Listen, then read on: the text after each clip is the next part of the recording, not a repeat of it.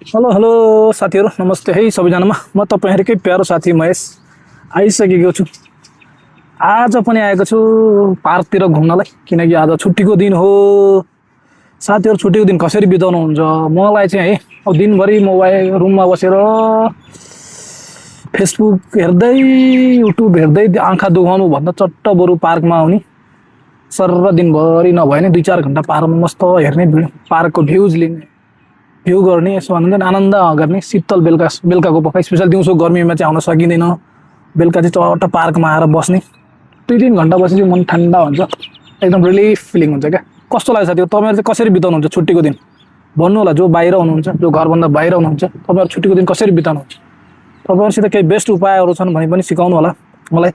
छुट्टीको दिन के गरेर चाहिँ बिताउँदा कसरी रहँदाखेरि राम्रो हुन्छ सदुपयोग गर्दा कमेन्ट गर्नु होला साथीहरू।